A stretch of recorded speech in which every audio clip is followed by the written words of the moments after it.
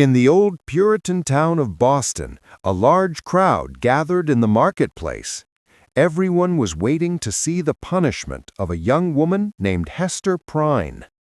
She stood on a wooden platform, holding her baby in her arms. On her chest, a bright red letter A was stitched, the mark of her sin. The people whispered and judged her, calling her names and demanding that she reveal the name of the child's father. But Hester stayed silent. Her eyes were calm and proud, and she said she would face her punishment alone. Among the crowd stood a young minister, Arthur Dimmesdale. He looked pale and troubled, for he was the man Hester was protecting.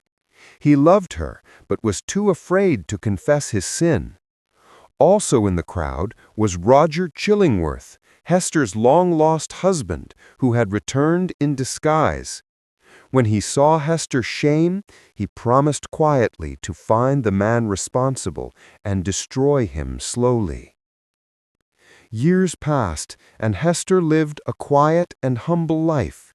She helped the poor, nursed the sick, and cared for her daughter, Pearl. The scarlet letter A on her chest no longer seemed a symbol of shame. People began to say it stood for Abel, because Hester had proven her strength and goodness. Reverend Dimmesdale, however, lived in great pain. His hidden guilt ate away at his soul. By day he preached about goodness and truth, and by night he punished himself in secret. Chillingworth, pretending to be his friend and doctor, only made his suffering worse by reminding him of his sin. One day, during a great public gathering, Dimmesdale could no longer bear the guilt. He called Hester and little Pearl to the scaffold, the same place where Hester had once stood alone. In front of everyone, he confessed that he was the father of the child. He showed the hidden A carved on his own chest and asked God for forgiveness. Exhausted but peaceful, he fell into Hester's arms and died, finally free from his secret.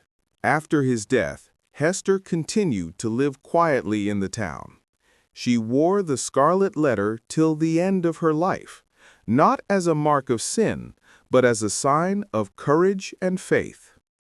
When she died, she was buried near Dimmesdale, and on their grave was written a single symbol, the scarlet letter A, shining forever as a message of truth, love, and redemption.